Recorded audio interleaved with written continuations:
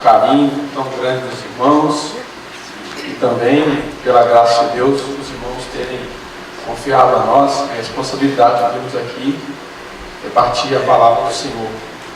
E tem sido muito bom o contato com os irmãos, o diálogo. E, como eu disse para os irmãos, estou me sentindo muito em casa e eu quase que posso tocar num ambiente muito palpável da presença de Deus entre nós. Algo assim muito singelo, né? Eu não sei quantos já se deram conta que o Senhor está entre nós, Ele está agindo e não apenas isso, Ele está se alegrando com a nossa comunhão. E antes de vir para cá também, eu pedi a vários irmãos que estivessem orando, tem vários irmãos orando por nós também, que não estão aqui. Eles sabem dos horários, eu estou compartilhando o que está acontecendo, então tem vários irmãos orando. Eu estou sendo visto pelos irmãos, a palavra está fluindo, mas possivelmente é resultado daqueles que não estão sendo vistos. São aqueles que estão orando, que estão se ajoelhando, que estão clamando, e eu creio que há algumas pessoas que estão fazendo isso. Eu posso perceber isso, né? E por isso o Senhor está trazendo esse remo diário para todos nós. Amém? Obrigado, Jesus, porque é o Senhor quem tem nos conduzido. Nós queremos aprender do Senhor, aprender a andar com o Senhor, aprender a caminhar com o Senhor, aprender a fazer as coisas do jeito do Senhor, aprender a descansar do Senhor. Pai, cada um que veio aqui tem uma história distinta, está vivendo uma realidade distinta, mas o Senhor conhece cada um de nós. Sim, Jesus. E o Senhor tem tratado com cada um de nós. Mas o importante, ó Deus, que o Senhor nos trouxe até o dia de hoje. Ajuda-nos a olharmos para trás, em vez de termos ressentimentos, de perguntarmos o porquê de tantas coisas nos aconteceram. Ajuda-nos a olharmos para trás e a dizermos duas coisas. Até aqui nos ajudou o Senhor. Aleluia. E dizermos: Senhor, obrigado. E eu oro ao Espírito Santo, digo que tudo eu dou graças. Sim, Senhor. Ofertamos nossas vidas ao Senhor. Ofertamos cada família aqui ao Senhor. Os irmãos que não vieram e que vão receber as informações, as notícias do que aconteceu, que eles também sejam abençoados pelo Senhor. Em nome de Jesus. Sim, Deus. E obrigado por essa ação tão magnífica, tão intensa, de semeadura da chave do reino, pelo Nordeste, agora pelo Norte do país. Os irmãos que o Senhor tem levantado para buscarem os trabalhadores da 10ª hora, aqueles que ainda hoje se salvos. Sim, Deus, obrigado. Obrigado pelos que vão, obrigado pelos que podem contribuir financeiramente, obrigado pelos que oram. Nós somos um corpo onde nos movemos das mais variadas formas e todos, cada um na sua posição, o Senhor toma e usa para glorificar a Deus. Queremos nos achar fiéis naquilo que o Senhor nos confia, Pai. Em nome de Jesus, Espírito Santo, conduz as nossas palavras. Conduz, Espírito Santo. E glorifica Jesus. Em nome de Jesus. Amém. Amém. Bem, amados, como está na tela, o nosso, entre aspas, tema é recuperando a autoridade perdida. Eu e a minha casa serviremos ao Senhor. Recuperando a autoridade perdida, porque pode ser que em algumas experiências não haja necessidade de recuperação. Pela graça de Deus você já avançou. Mas a verdade é que na maioria das nossas experiências nós temos terrenos em que os quais necessitamos reconquistar. E isso está se dando à medida que vamos abrindo a palavra de Deus e vamos descobrindo o jeito do Senhor fazer família, o jeito do Senhor conduzir família, e o jeito do Senhor fazer, o jeito do Senhor realizar é a palavra dele. O quadro familiar, ele sempre foi um quadro cheio de riquezas, cheio de complexidades. Só que ninguém tem dúvida, principalmente as pessoas que viveram no século XX, no século XXI, todos nós sabemos que há 30 anos, 40 anos, o mundo em que vivíamos era um. O mundo hoje, ele é outro. A globalização, ela tem os seus benefícios, mas também tem os seus malefícios. Os benefícios talvez pode ser que sejam até menores do que os malefícios, mas dentro dos benefícios está o acesso à informação, o acesso à informação verdadeira. Mas infelizmente poucos usam as redes sociais, a internet, para ter o acesso à informação verdadeira e boa. E quem usa é muito beneficiado. Mas essa globalização, o mundo da internet, essa comunicação tão rápida, ela também tem se tornado algo maléfico, na medida que o mal se multiplica mais. E os nossos filhos, eles têm mais acesso a tipos de informações que, antigamente, para os filhos terem acesso, eles tinham que sair das suas casas. Hoje, dentro de casa, chega. Né? E eu não tenho dúvida que isso tem trazido desafios maiores. Mas o fato é que, ao mesmo tempo que o mal se multiplica, a palavra do Senhor diz que nos últimos dias o Espírito Santo estaria sendo derramado sobre toda a carne. E o Senhor então está nos dando provisão para nós fazermos frente a esta ação tão grande de Satanás contra as nossas casas, contra as nossas famílias. Mas é importante nós entendermos que quando o Senhor está nos trazendo aqui para nos ministrar, para repartir conosco acerca de família no reino de Deus, eu e minha casa serviremos ao Senhor.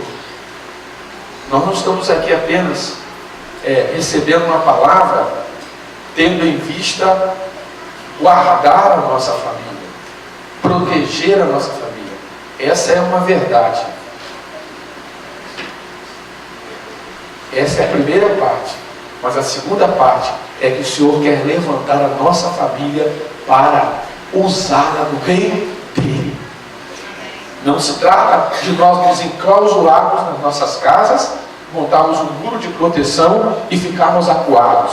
O Senhor está trazendo restauração, não apenas aqui, mas em muitos lugares, porque Ele quer levantar dentro das congregações e como expressões das congregações, famílias, onde Ele possa se manifestar nelas e através delas.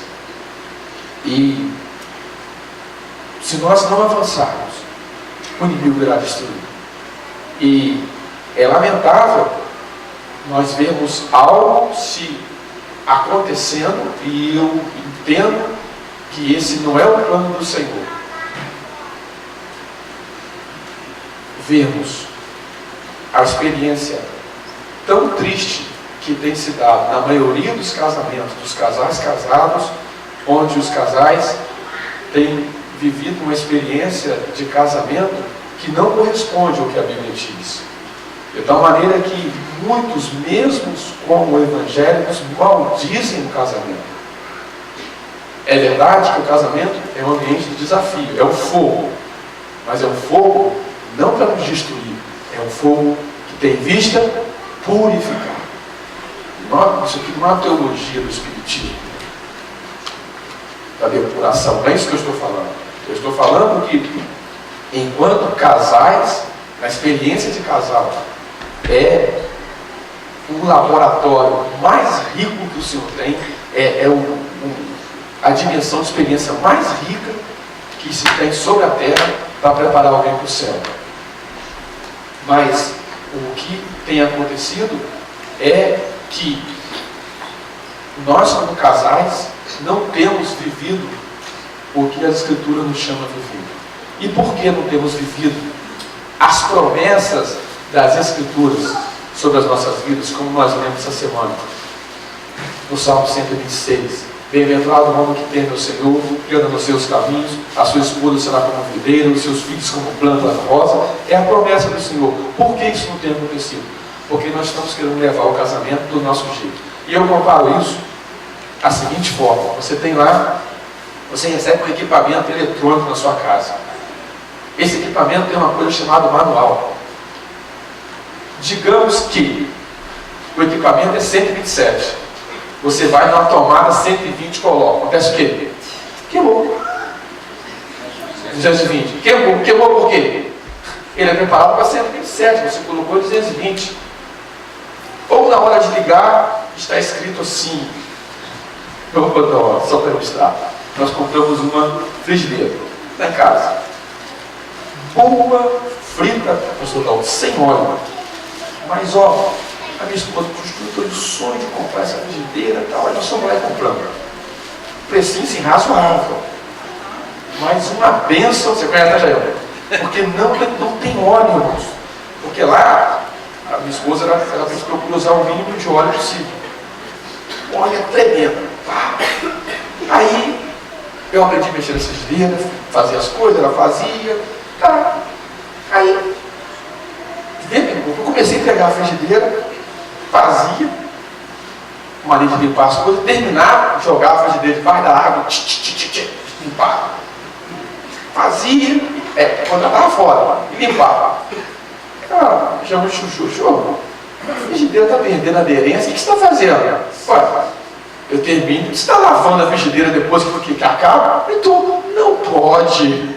Você tem que esperar ela esfriar. E depois você joga a água e com a bucha do lado que não é áspero. Estou fazendo tudo errado, estraguei a frigideira. Aí fui lá, sem ela saber, comprei outro, falei que tem outra frigideira. Estraguei. Por que eu estraguei? Porque o manual dela dizia para eu fazer assim, assim, assim. E eu fui fazer do meu jeito. Simplesmente estraguei. Ela perdeu a aderência. Casamento é assim. A vida é assim. Eu estava com toda a boa intenção. Qual era a minha intenção? Eu vou sujar, logo vou fazer o quê? Eu vou limpar, vou deixar a frigideira suja. Das melhores intenções. E aconteceu o quê? Estraguei. É assim mesmo. Quando a gente faz do nosso jeito, você pode ter a melhor das intenções. Eu vou te dizer uma coisa. Se não for do jeito da Bíblia, eu vou te fazer uma afirmação. Vai dar tudo errado. Não importa a sua intenção. Você pode ter a melhor das intenções.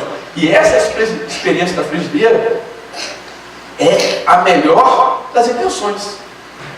Não foi nova a intenção? Você terminou de sujar, você tem que fazer o quê? Limpar. Mas essa você tem que deixar descansar, esfriar. E limpar com a parte certa da bucha.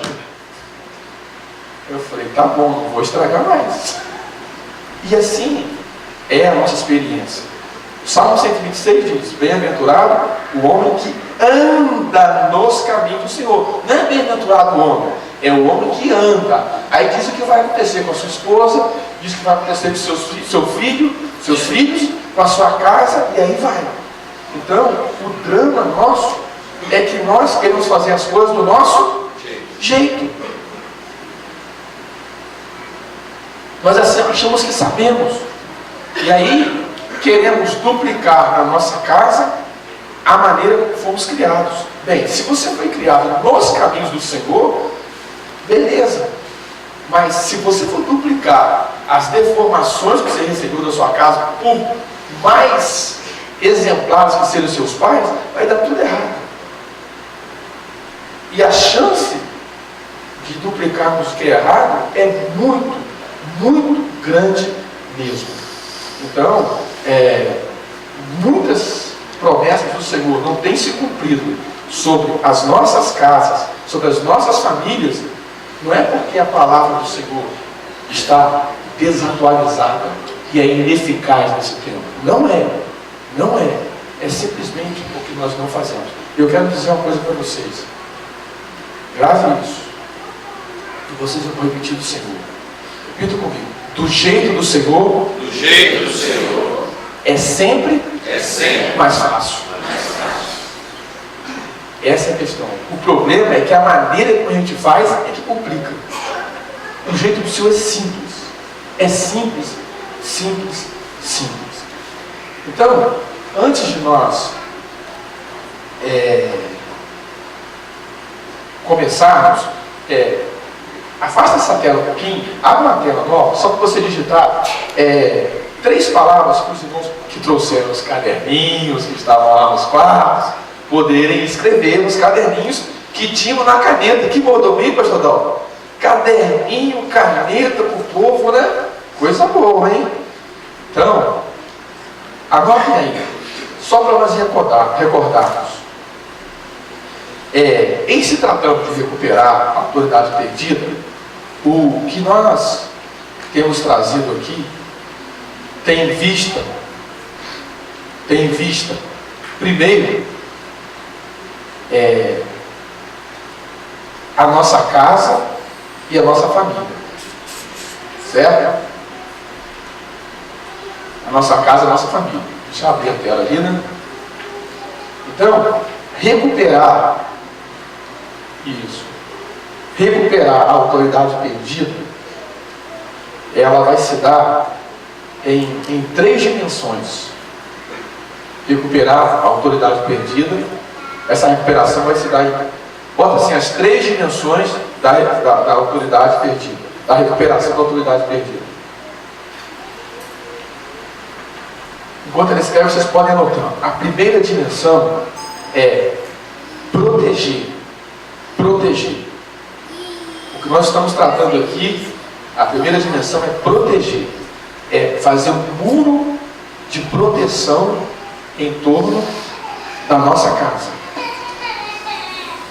A segunda dimensão é reconquistar ou conquistar. Conquistar o nosso primeiro território. O nosso primeiro território é a nossa casa, é a nossa família. Então, primeiro é levantar um muro de proteção. Depois é reconquistar. E a terceira dimensão é... Pode repetir, você? Ok. Então, agora sim, na recuperação da autoridade perdida,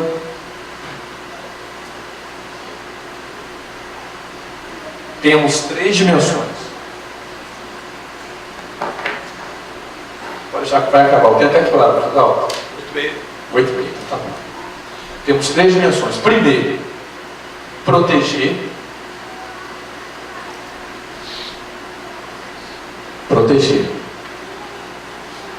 Aí você vai botar assim, bota um tracinho. Erguer um muro de proteção.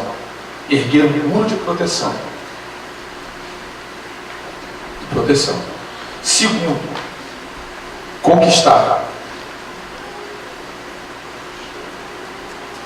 Conquistar ou reconquistar, não é?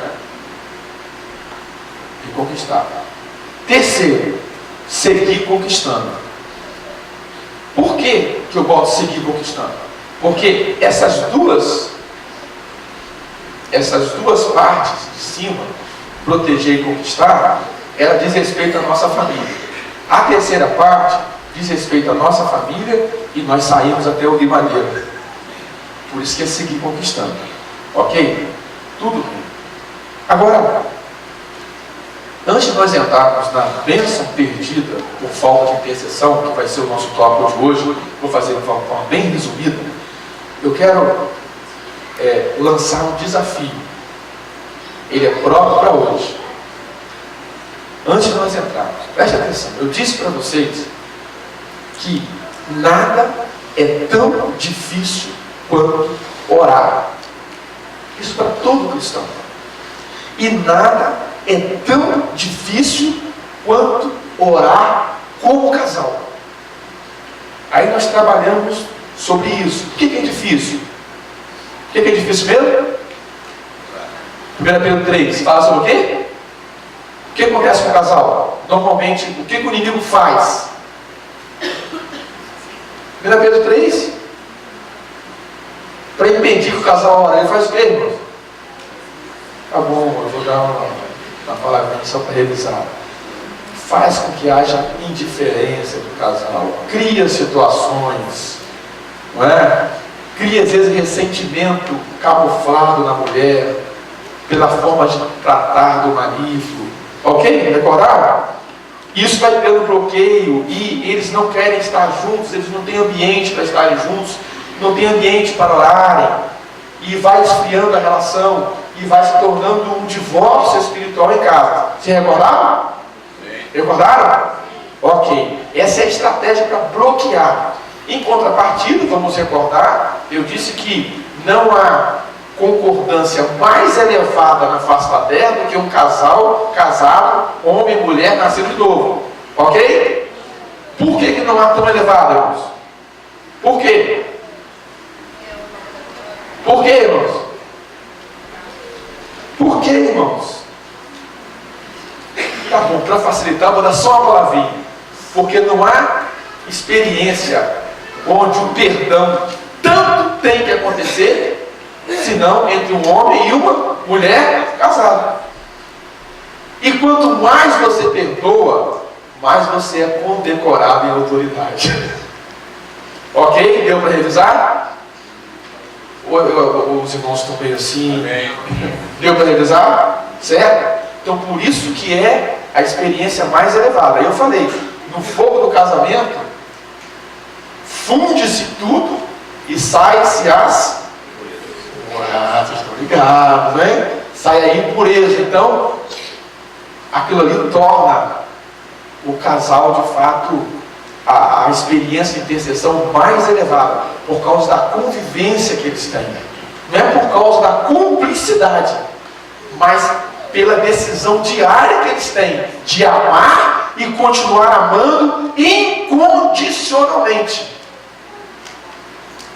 E quanto mais se ama incondicionalmente, quanto mais se perdoa incondicionalmente, mais você vai sendo transformado de glória em glória e o seu nível de autoridade espiritual vai aumentando.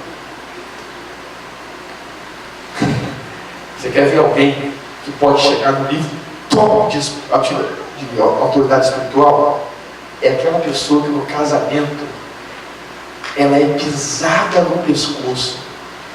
Digamos aquela mulher que ela é pisada no pescoço e continua servindo o homem com excelência e com amor. Queridos, quando essa mulher bota o joelho no chão, o inferno treme.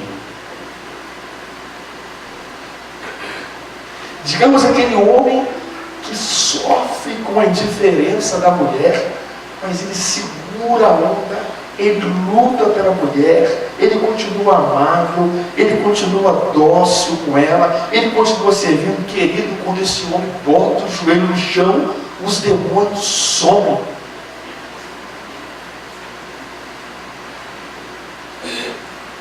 Agora, quando esse casal restaurado para de ajoelhar, o céu desce. O céu desce. Entenderam? Por isso, eu estou fazendo uma recordação, que está escrito lá em Hebreus 13: honrado entre todos seja. Não é honrado porque é bonito, a mulher entrar de noiva, né? Porque é romântico. É honrado porque não há experiência tão elevada na terra quanto a experiência de um casal casado em Cristo. Entendeu? Essa é a questão. E o Senhor estabeleceu, eu já vou dando um resumo, porque se não der eu já dei. Estabeleceu o seguinte: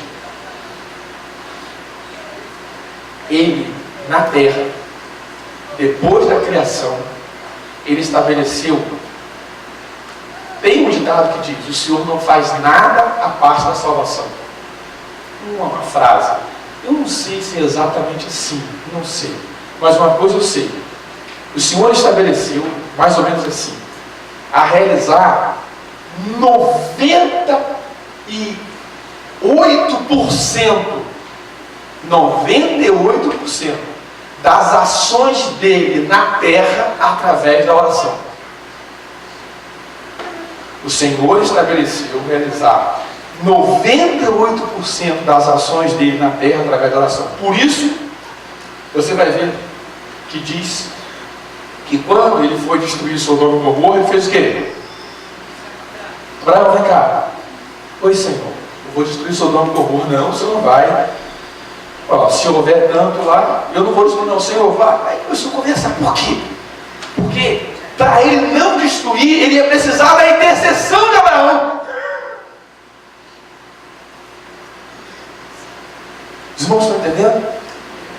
E tem uma porção bíblica fantástica que diz, eu acho que, não sei se é a voz, mas depois vocês acham lá, porque eu não sei onde está de fato agora, mas eu sei que ela está lá. É um dos livros dos profetas menores do Antigo Testamento. Diz assim, o Senhor, Amós, ele não fará nada sem antes anunciar aos seus profetas. Porque para ele fazer, ele precisa que os seus profetas se levantem para profetizar o que ele vai fazer. E esse é tão fantástico, irmãos, que tem um livro de Joseph MacDonald, Evidências que Existe o Veredito Leproso. Ele fala, ele levanta todas as profecias de Jesus no Antigo Testamento.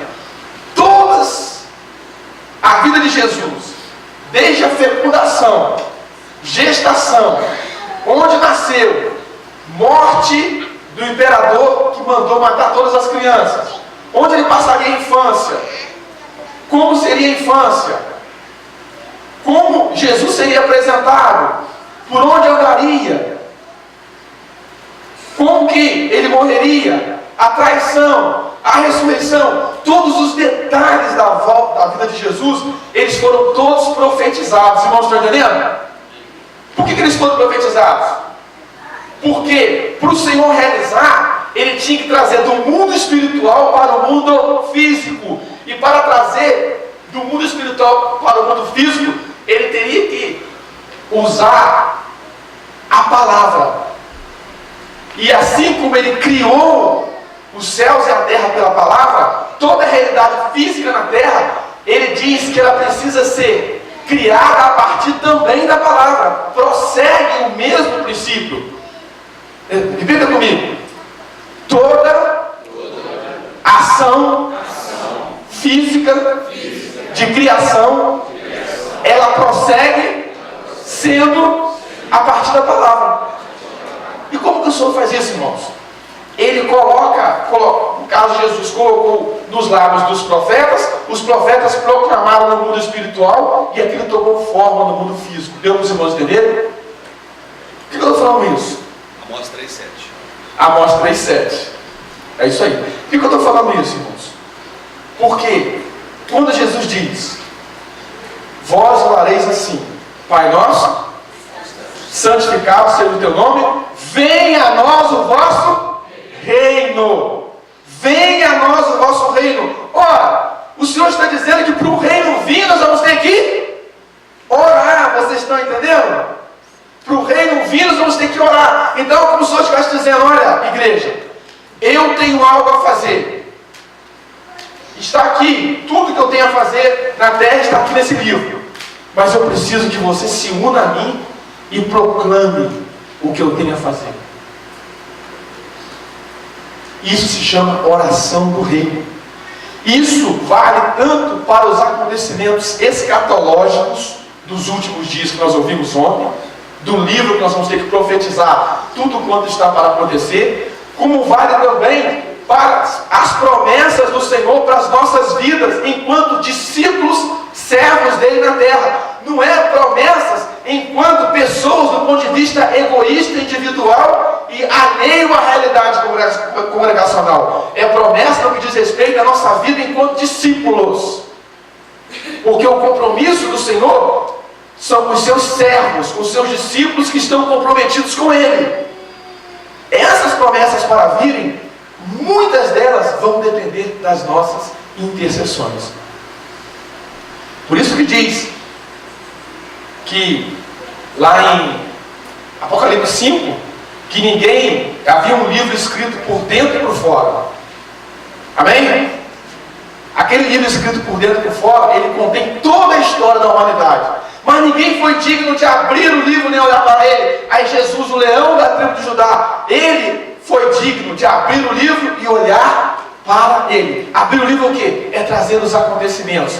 Mas lá na frente, no capítulo 8, fala que esse leão de Judá, ele se unge aos santos com suas intercessões para trazer o cumprimento desses livros, por tudo que está no livro. Amém? Então, por isso as nossas orações são importantes. Por isso, o inimigo fará de tudo para você fazer de tudo menos orar. Por isso, eu e você que somos casais, o inimigo fará de tudo para você ter. Ele não se importa que você tenha sucesso em tudo na sua vida. Você só não pode ter sucesso ou ser eficiente como casal na sua vida de intercessão, porque é isso que detona o reino dele.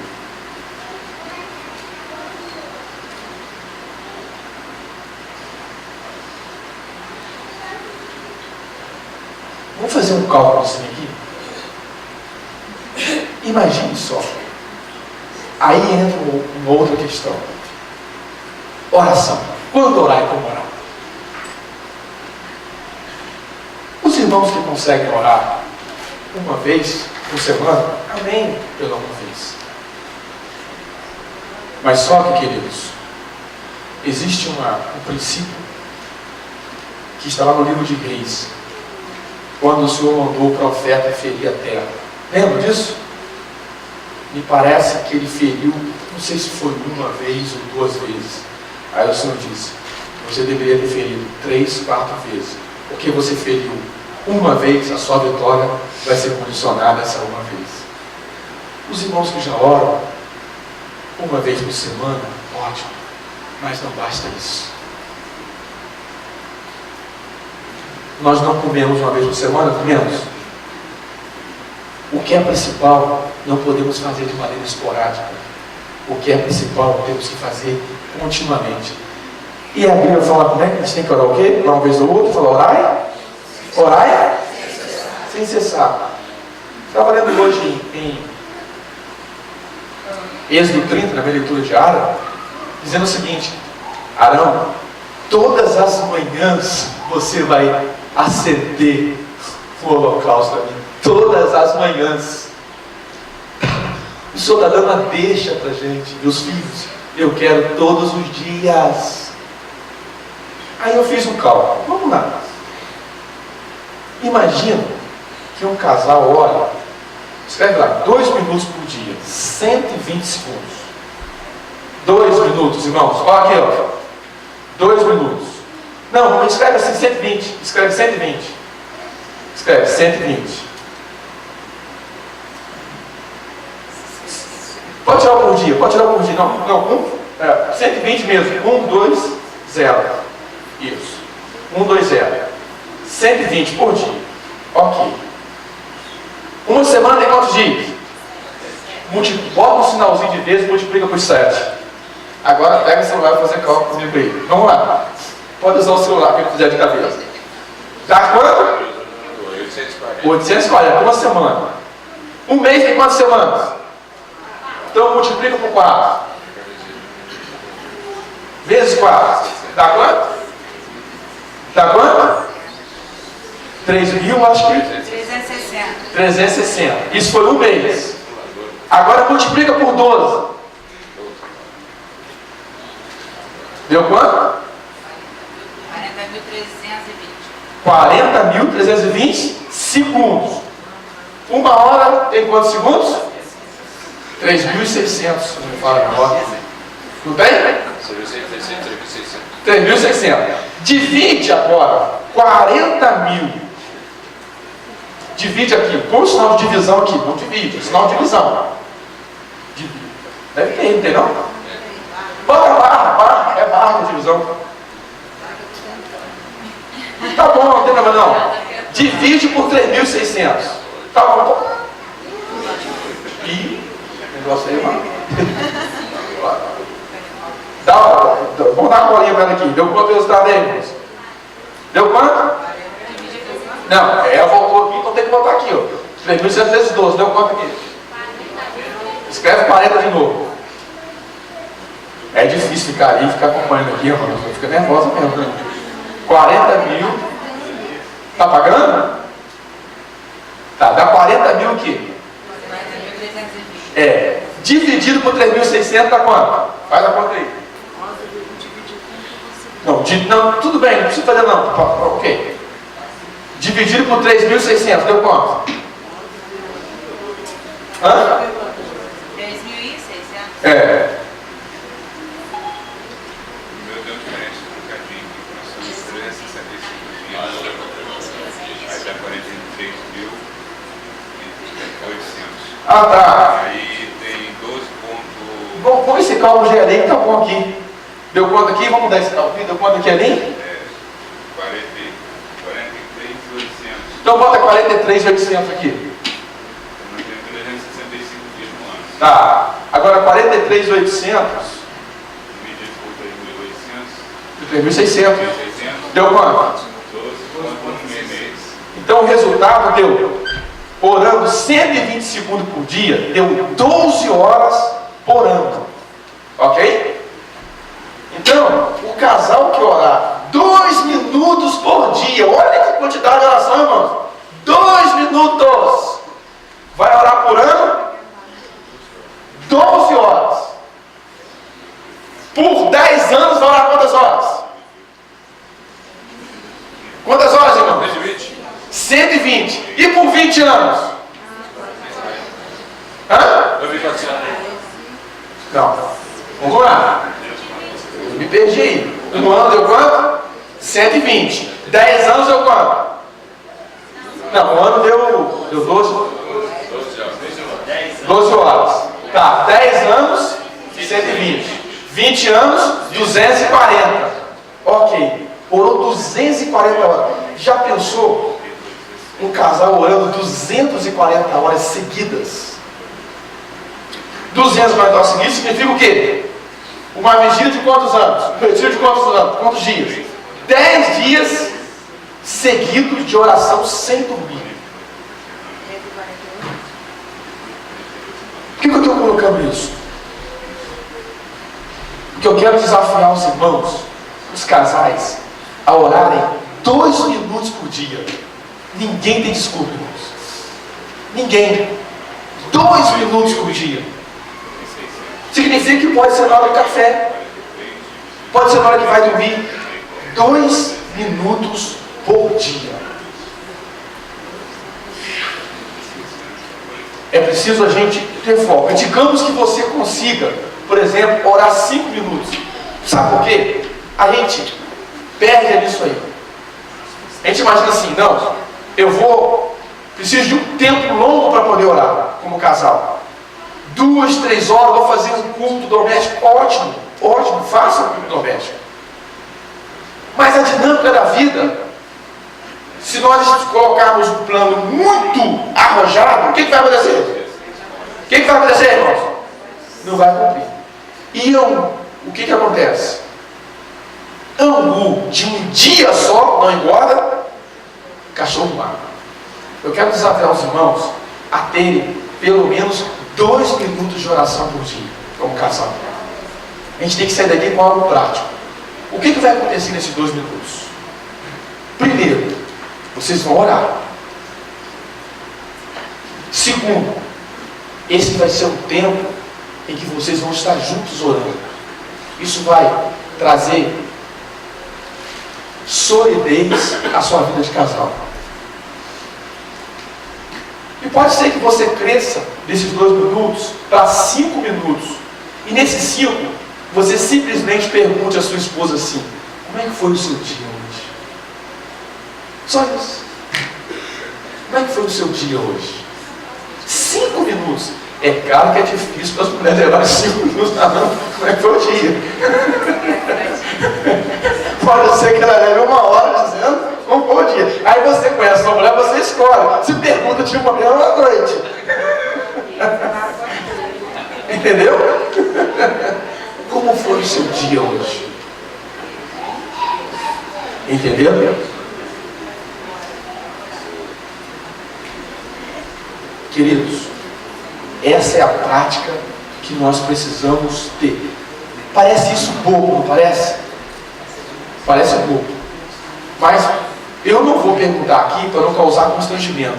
Quantos oram pelo menos 3 minutos por dia juntos como casais? Eu receio que a gente não tenha 3 pessoas que tenham essa prática aqui. Eu não estou falando orar como casal. Eu estou falando orar todos os dias. E eu quero dar uma dica para vocês. Começa, sabe como? Vamos começar simples. Os casais que tomam as refeições juntos, começa na hora da refeição. 2 minutos, ninguém vai ficar com fome por causa disso, entendeu?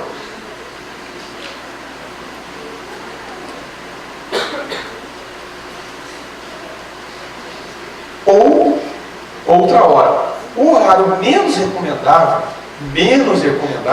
às vezes pode ser na hora de dormir. Por quê? Às vezes você pode começar orando de tão cansado, acontecer o quê? Você dormir. Agora, se no seu organismo o horário antes de dormir é bom, ótimo. Cada um tem que descobrir a sua realidade. Não existe regra. Aí você fala, mas eu que sou solteiro, minha mulher me largou, estou separado. Faça só isso.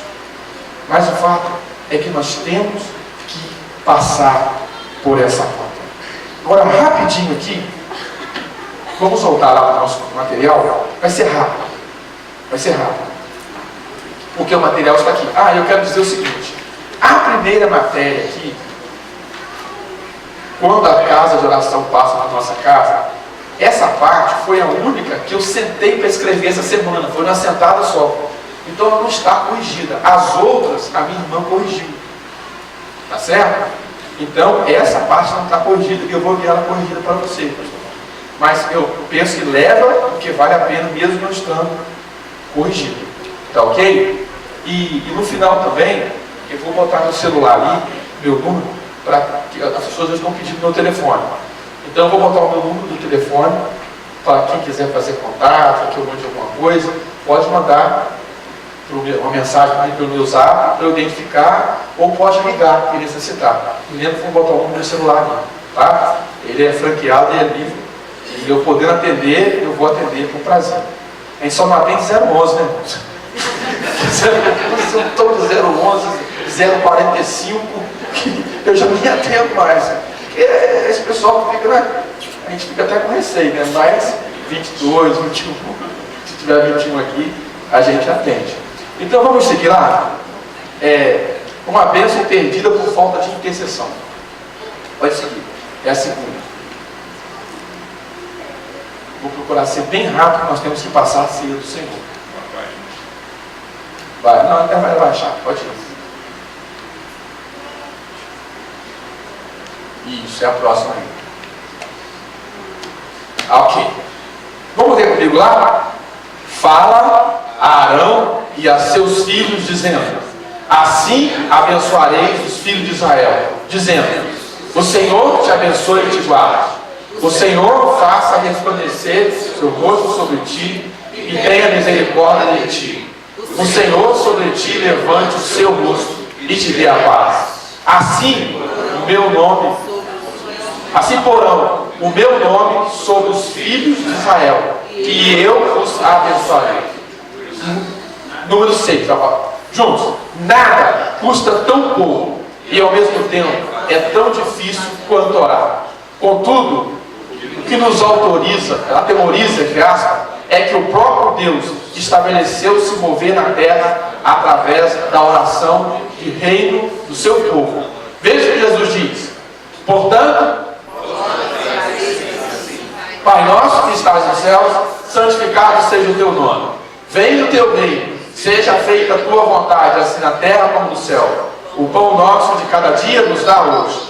Vamos ver. Este é um mistério revelado por Jesus, que somente iremos começar a entender melhor na eternidade. A saber, Jesus compartilha conosco o seu reino. Para tomar nossa responsabilidade mais clara, ele ainda revela novamente: mas vós sois geração eleita e sacerdócio real. E ainda, logo que tomou o livro, os 4 seres viventes e os 24 anciãos prostraram-se diante do Cordeiro, tendo cada um deles uma harpa e taças de ouro, cheias de incenso, que são as orações dos santos. E cantavam um cântico dizendo: digno és de tomar o livro e de abrir os seus selos, porque foste morto e com o seu sangue compraste para Deus homens de toda tribo, língua, povo e nação. Nós vamos observar que essas taças cheias de incenso, teve uma hora que elas foram despejadas sobre a terra. Pode seguir, por favor. Ok? Agora, vamos ver aqui algo incrível. Bom, sobe, por favor. Isso, sobe. Aqui. Leia comigo aqui. Há algo incrível e arrasador para cada um de nós, especialmente os pais. Veja, primeiro vem a bênção, vem a nossa bênção, depois a bênção do Senhor. Ou seja, a bênção do Senhor sucede a nossa bênção, como pais que são seus filhos. A bênção do Senhor é ativada pela nossa bênção como pais. Por que eu coloquei assim essa palavra? Para nós atentarmos. O que o Senhor disse a Arão? Fala a Arão dizendo: assim abençoareis os filhos de Israel. O Senhor te abençoe e te guarde. O Senhor te abençoe. O Senhor faça resplandecer o teu rosto. O Senhor tenha misericórdia. O Senhor te dê a paz. Aí no final, olha o que Deus diz: e eu os abençoarei. Qual o princípio dessa porção bíblica lá em cima de número 16, número 6?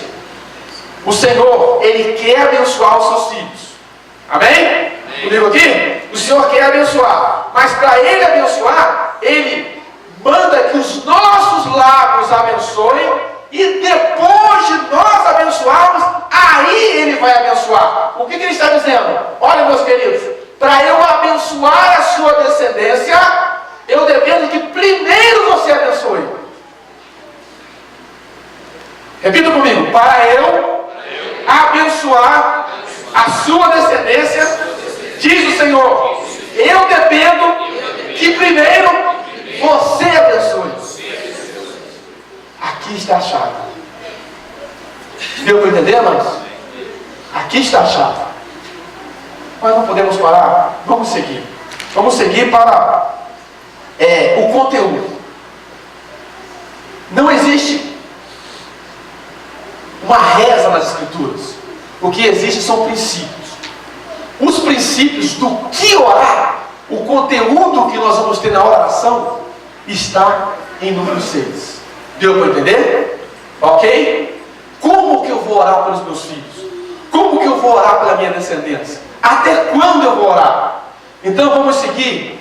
Como orar a bênção do Deus vivo sobre os nossos filhos. O título é esse. Está na outra página. Ok. Isso. Como orar? Tal. Eu já falei isso aí. Vamos então. A parte... Temos que andar. Vamos então. Está na página 7. Vamos lá. Dentro desse aspecto, o que o Senhor nos manda fazer primeiro? Qual o primeiro aspecto? O Senhor te abençoe. Esse é o primeiro aspecto. Todos os dias nós temos que ter a prática, a dinâmica de abrir os nossos lábios sobre os nossos filhos e dizer: Pai, que o Senhor abençoe o meu filho no dia de hoje. Queridos, isso não importa a idade do seu filho. Você está na terra, você está vivo. Seu filho tem 1 mês, tem 1 ano, tem 15 anos, tem 20 anos. Seu filho já é vovô, mas você está na terra. Você tem o dever de abençoar o seu filho sim. O Senhor te abençoe. O que significa isso? O que o Senhor está querendo dizer com essa palavra? Essa bênção, ela é fundamentalmente uma palavra onde nós estaremos programando sobre os nossos filhos que eles se rendam ao Senhor. Porque a palavra abençoar aqui significa ajoelhar. O primeiro aspecto que nós vamos orar pelos nossos filhos não é o primeiro aspecto que eles tenham saúde física, que eles sejam prósperos, que eles sejam inteligentes, quando você pensar no seu filho, o primeiro aspecto: Pai, eu clamo ao Senhor a bênção do Senhor sobre o meu filho. E a primeira bênção é que ele seja alguém rendido ao Senhor. Que ele seja alguém rendido ao Senhor. Diga assim: a primeira bênção diária que eu vou suplicar pela minha descendência é que ela seja rendida ao Senhor Jesus. Sério, não podemos comentar mais. Vamos lá. A segunda: o Senhor te abençoe e te guarde. Guardar em que sentido? Em que sentido? Eu anotei aqui os dois sentidos. Os dois sentidos do guardar. Primeiro, é que quando o seu filho nascer, se você tem filho pequeno e que não se rendeu ao Senhor Jesus, e já está na idade da razão, saiba que o diabo tem um projeto sobre ele. E o projeto é matá-lo antes que ele se renda a Jesus. Se o diabo tiver espaço, ele mata os nossos filhos que estão na idade da razão antes que eles se rendam a Jesus. Porque se matar antes da idade da razão, o sangue de Jesus cobre e eles vão para o céu. Então você precisa orar: Pai, guarde o meu filho para a salvação. Não deixe o diabo destruí-lo até que ele se renda a Jesus. Então esse é o primeiro sentido de guardar. O segundo: o seu filho já se rendeu a Jesus, entendeu? Amém? Digamos que tenha se rendido. Aí você descansa: ah, meu filho se rendeu a Jesus. Ele se rendeu, tudo bem, está ok. Agora não precisa mais orar. Mas agora tem uma outra ação do diabo: é levar o seu filho, trocar Jesus. A sua descendência trocar. Então qual vai ser o seu clamor diário para o seu filho? Pai, guarde o meu filho da apostasia. Queridos, preste atenção: ter filhos no ambiente congregacional não significa ter filhos rendidos. Às vezes os pais, eles se satisfazem simplesmente porque os filhos estão congregando, eles são ativos no ambiente congregacional, mas isso não salva. Nós tratamos sobre isso, sobre aquele jovem de qualidade que tinha guardado os mandamentos desde a sua meninice. Então os pais diariamente precisam clamar ao Senhor que não apenas seus filhos sejam salvos, mas também que eles tenham uma fé genuína, que eles sejam guardados das ciladas do inimigo, daquelas propostas de Mateus 4, quando Jesus foi tentado a transformar pedras em pães, foi tentado a jogar do pináculo, onde lhe foi oferecido todos os reinos deste mundo, e ele disse: para trás de mim, Satanás, porque o seu teu Deus adorarás e só a ele servirás. Os pais têm uma tarefa de cobrir diariamente os seus filhos, para que a apostasia não tome conta da vida deles.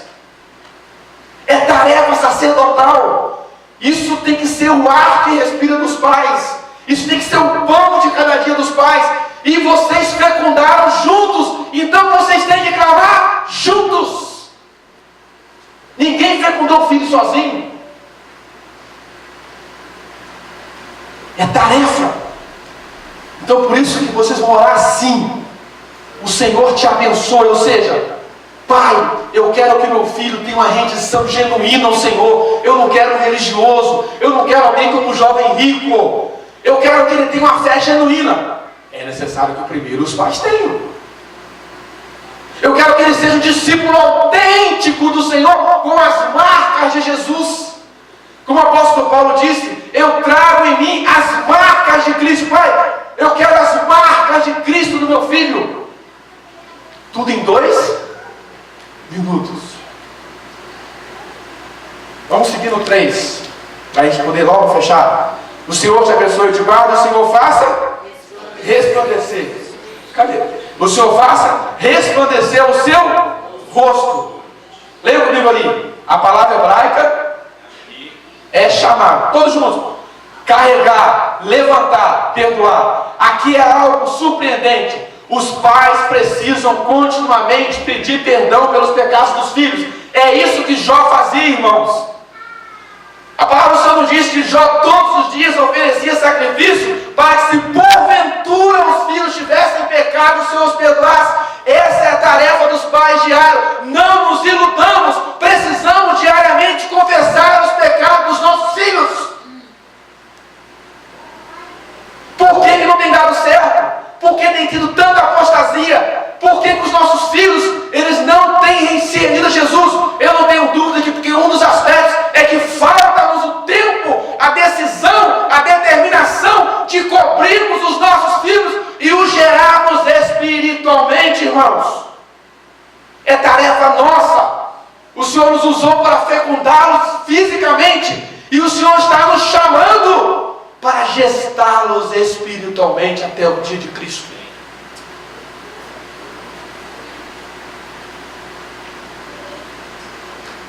E o arrasador é o seguinte: o Senhor disse: meus filhos, eu só vou abençoar os seus filhos depois que vocês fizerem o que eu estou chamando vocês para fazer. Isso nós não fazemos, irmãos. O que acontece? Isso nós não fazemos. O que acontece, irmãos? O Senhor não pode fazer porque Ele já estabeleceu que só vai fazer assim, e Ele não pode ir contra a palavra dEle. Os irmãos estão entendendo? Estão entendendo, amados? Acordemos. O Senhor não pode ir contra a palavra. Se Ele estabeleceu que é assim, Ele está se autocondicionando a de ser assim. E por que não dá certo? Porque nós queremos fazer do nosso jeito. Às vezes não falta dinheiro para os nossos filhos, não falta condições de estudarem, mas falta a nossa luta por eles, conforme a palavra nos manda. Então, nós temos que, irmãos, pedir perdão diariamente. Mas, pastor Cacau, isso vai salvar meu filho? Isso não vai salvar o seu filho, irmão. Isso vai manter os demônios afastados dele também. Isso vai manter o céu liberado sobre eles, para que eles tenham a decisão de se render a Jesus e continuarem rendidos a Jesus. Os nossos filhos dependem de nós. Sabe por que você não foi para o céu ainda, meu irmão? Você pode estar certo. Se não foi para o céu, se você é pai, por causa dos seus filhos. Porque a melhor coisa para a gente é ser salvo para onde? Para o céu. Porque a gente não pega. Ou não é, pastor? Por que você está na terra? Não é só para você olhar a sua descendência. É porque você tem uma tarefa sacerdotal pelo seu filho. Ele pode ter 70 anos. Se você tem 97, tem uma irmãzinha que está com 97, minha querida, a irmã não foi para o céu ainda, porque a irmã tem uma tarefa sacerdotal pelos seus filhos. Eles estão debaixo do seu guarda-chuva. Sua mãe, como é que está aqui? Tem quantos anos? 7,6. Hã? 7,6. 7,6. Então, o meu pai tem 8,4. É a tarefa sacerdotal. Quantos aqui não tiveram a experiência de ouvir em paz dizendo: meu coração está apertado, meu filho de repente vai começar a orar? Por que isso, irmãos? Vamos nos ligar, irmãos. É porque eles são cobertura, irmãos. Pais que do nada começam a ter angústia pelos filhos e eles não têm nenhuma informação visível dos filhos. É o Senhor levantando.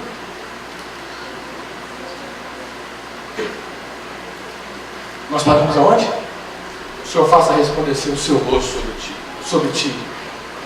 Aí depois vem o quê? Eu não pulei nada, não pulei não, né? Agora é o quinto? Pulou o terceiro. Eu pulei o terceiro? Que coisa, hein? Na página tinha os dois. Ah, tá. O Senhor faça resplandecer o seu rosto sobre ti. Ah, vamos botar ali o terceiro então, tá vendo a pressa? Então vamos ler o terceiro. Leiam para mim o terceiro aí. O Senhor... Pode ler, bem forte.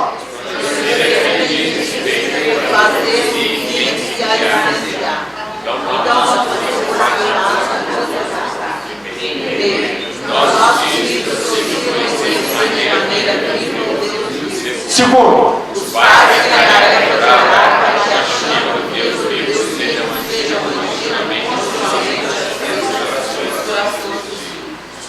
Pode seguir. E a maioria dos nossos filhos se segue porque eles nem seguem nós. Porque encontramos são poucos, certamente ligados que têm uma fé grande em Cristo. Este é um foco de descrição ao qual não podemos desviar. Ele e não Jesus. Ok. Agora vamos para o 5. 5. O Senhor faça resplandecer o seu rosto sobre ti.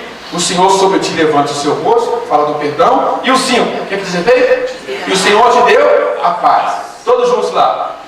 Em último lugar mesmo, vem os aspectos terrenos. Esses aqui são os terrenos. Então, a vida na terra, ou seja, saúde, vida e vida financeira. Paz aqui é Shalom de Yahvé. O que é esse Shalom? Shalom é saúde no espírito, saúde na alma e saúde no corpo. Já pensou? Baseado no nosso encontro de sexta-feira, você começa a falar: Senhor, faz com que meu filho encontre a verdadeira liberdade no espírito, que ele seja saudável na sua emoção e que ele seja saudável no seu corpo. Eu e minha esposa, continuamente, a gente faz uma oração de proclamação sobre a nossa filha. Pai, que ela cresça desde bebê como Jesus, em sabedoria, em graça e em estatura, diante de Deus e diante dos homens.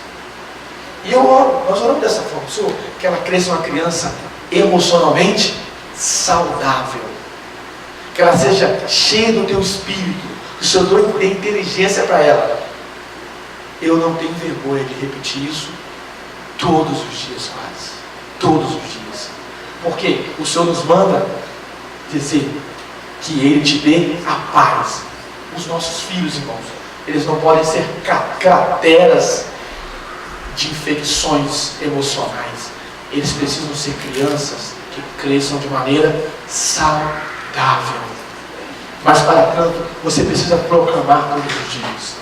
Você precisa interceder. Agora, você precisa ser uma pessoa saudável, para você não criar feridas nos seus filhos. Por isso que nós não começamos por aqui. Nós começamos pela nossa experiência individual. A palavra de hoje, sem a palavra de sexta-feira, ela fica o quê? Ela fica solta. Nós precisamos experimentar isso, porque infelizmente muitos de nós foi vítima disso. Os nossos pais não tiveram essa informação e muitos deles não eram rendidos ao Senhor. E muitos de nós trazíamos sequelas graves emocionais em decorrência da nossa experiência de filhos. Queira por herança genética ou queira por situações que nós presenciamos. Mas nós precisamos orar pelos nossos filhos e suplicar que o Senhor te dê a paz, te dê o Shalom, ou seja, que você seja cheio do Espírito Santo, que você seja emocionalmente saudável como Jesus e que você tenha saúde também no seu corpo. Mas veja, é o último aspecto. Então, meus queridos, pegue o material com calma, leia, entenda e comece a orar pelos seus filhos. Comece a orar. Mas a suma de tudo, o resumo de tudo, é o seguinte: se você está na terra, você pode estar certo. Você está na terra principalmente por causa dessa tarefa. Agora imagina você orando por ano, deu quanto ali? Por ano deu quanto? 12 horas por ano. Imagina você com 120 horas. Imagina que você ore há 30 anos. 240, 360. Enchendo as taças do Senhor com essa súplica. O que o Senhor faz? O Senhor as devolve sobre a terra. Tudo que você está proclamando, irmãos, ela vai para o céu e retorna em forma de promessa. Aí, os seus filhos serão como plantas ao redor da mesa. E o mesmo vale para você como casal, proclamando esta oração sobre você. E o resumo disso, é que você vai conquistar o território mais importante e mais difícil, desafiador de ser conquistado. É mais difícil do que conquistar a Índia, irmãos. A Índia, com bilhões de deuses. Sabe qual o território mais difícil? A nossa casa. A nossa casa. A nossa casa. Agora, se você se move na conquista da sua casa, você está graduado para conquistar os confins da terra. Mas pastor, se meu filho não é nascido de novo, eu não posso sair? Não, eu não estou dizendo isso. Eu estou dizendo, estou partilhando o fato que você precisa ser alguém que lute com unhas e dentes pela sua casa primeiro. Pode ser que o seu filho esteja entre as exceções daquele que talvez não se renda a Jesus. Ou pode ser que você vá para o céu e não tenha experiência de ver o seu filho rendido. E depois que você está lá, a taça é despejada nas suas orações. Você só vai ver a resposta depois que você subiu. Vai ver não, né? Não sei se vai ver, eu acho que vai. Depois que você está lá, aí está lá, João, rendido ao Senhor. Aí você fala, Senhor, como pode? Não, são aquelas orações que você fez, estava tudo aqui na minha taça, eu despejei agora. Glória a Deus, despejei agora. Você não viu não, mas é o tempo, eu estou despejando agora. Olha, está vendo? Suas orações foram registradas. Estou respondendo agora. Mas o fato é que se nós não nos movemos conforme o Senhor nos manda aqui, não há esperança e o tempo acabou. Para finalizar então, tem uma parte lá no final, vai descer, pessoal. Oi, Paulo. Quando e até quando? Até quando? Quando parar de orar? Por quanto tempo devemos orar para nossos filhos? Quantos anos Deus, o Pai, requer que oremos? Este é um tópico pequeno. Isso porque a resposta é pequena. Mas, ao mesmo tempo, forte e profunda, devemos orar por nossos filhos enquanto houver fôlego de vida em nós. Se você tiver com 99 anos e seu filho com 70, você tem o dever de orar por ele nos termos que estamos compartilhando. Isso é algo de natureza espiritual. A sua descendência, a descendência do justo, será poderosa na terra, será abençoada a geração do justo. A pergunta é, como? Volte à revelação do número 6, de 23 a 27, e junto com o Espírito Santo, em nome de Jesus, sigamos nossa jornada sacerdotal. Amém, amados? Porque eu recebi do Senhor o que também vos ensinei, que o Senhor Jesus, na noite que foi traído, tomou o pão e, tendo dado graças, o partiu e disse: este é o meu corpo, que é entregue a partido por vós. Fazer isso em memória de mim. Semelhantemente, depois de cear, tomou o cálice, dizendo: este cálice é a nova aliança do meu sangue. Fazer isso todas as vezes que o bebeis em memória de mim. Porque todas as vezes que comeis este pão e bebeis este cálice, anunciais a morte do Senhor Jesus, até que ele venha. Vamos fazer agora, pastor? Tome o pão. Eu gostaria que vocês se unissem em oração.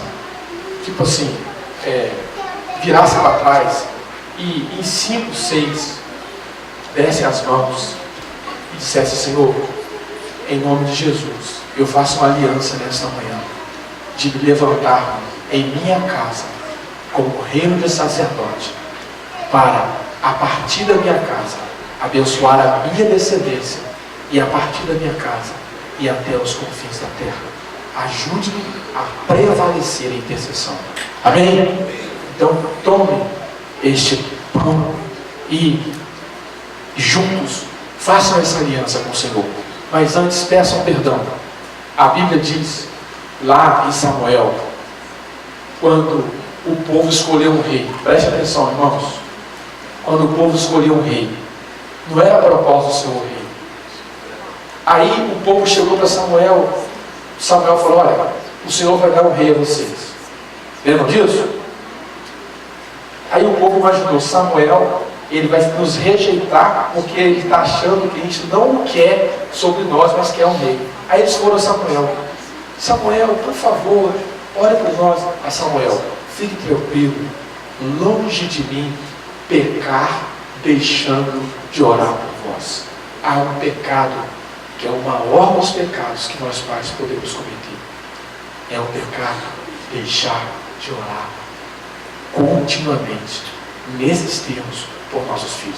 Às vezes, até alguns de nós pais oramos, mas oramos quando adoece, ou oramos simplesmente por coisas terrenas, e não nos termos que está aqui. Então antes, confesse ao Senhor esse pecado, de não orar pelos seus filhos, e depois, faça uma aliança com o Senhor, lembrando dessa aliança, do sangue que está nas suas mãos. Amém? Então eu vou dar 2 minutos para vocês orarem, e depois o pastor Dalton vai orar.